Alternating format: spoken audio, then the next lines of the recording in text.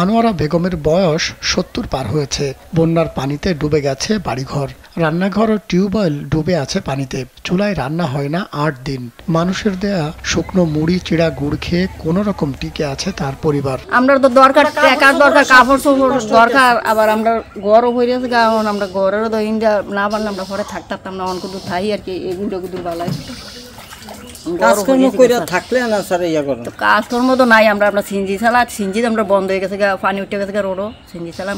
আমরা কাজকর্ম আমরা বিদেশি দেশে আমরা মানুষ নাই। ঘরের ভেতরের কিছু মালামাল চৌকির উপর বস্তায় রাখা, উঠোনে হাঁটু সমান পানি। পানির স্রোতে টিনের ঘরের এক অংশ হেলে পড়েছে পুকুরের দিকে। যে কোনো সময় ঘর ধসে পড়তে পারে। স্যান্ডেলিনা সো, রূপচর্চায় আভিজাত্য।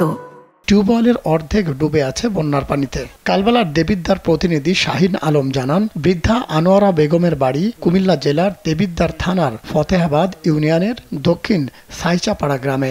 একই গ্রামের শিরিনা আক্তারও আছেন মহাসংকটে। তিনি জানান, ঘরের চাল ডাল সব ভিজে গেছে, বাইরে থেকে কিনে আনারও সুযোগ নেই। আশ্রয় কেন্দ্রের মানুষরা ত্রাণ পায়, কিন্তু বাড়ি বা ঘরের ভেতরে এসে কেউ ত্রাণ দেয় না। অন্য ভুক্তভোগীরাও জানান, রাস্তা ডুবে যাওয়ায় ত্রাণের গাড়িও ভেতরে ঢুকতে পারছে না। তাই না খেয়ে দিন পার করছেন কেউ কেউ।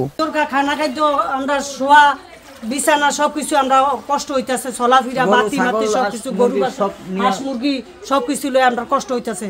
খানা দানা সবকিছু, চুলাতে আগুন দিতে পারি না, গ্যাসও আনতে পারি না, গ্যাসও নাই, বাজারও নাই, এমনকি এত টাকাও নাই। আমরা কি বাজে চলি, আমরা খুব কষ্টে আছি। আমরা এটা বলার মতন কিছু নাই। আচ্ছা, আপনি কি কি খাবার পাচ্ছেন? খাবার বিস্কিট আর মুড়ি। আমরা হচ্ছে দিন মজুর, কাম করি, ভাত খাই, আর কাজকর্ম 2-3 মাস ধরে বন্ধ, কাজকর্ম বন্ধ, অনেক কষ্টে আছি। এলাকার ভারপ্রাপ্ত চেয়ারম্যান সালাউদ্দিন রুহুল কালবেলাকে জানান, ফতেহাবাদ ইউনিয়নের 18টি গ্রামই বন্যায় প্লাবিত। ভারপ্রাপ্ত চেয়ারম্যান সালাউদ্দিন রুহুল গণমাধ্যমকে জানান, ফতেহাবাদ ইউনিয়নের 18টি গ্রামই বন্যায় প্লাবিত। রাস্তাঘাট ভাঙা আর পানিতে তলিয়ে যাওয়ায় সঠিক সময়ে ত্রাণ পৌঁছানো সম্ভব হচ্ছে না। মাহমুদ সোহেল, কালবেলা।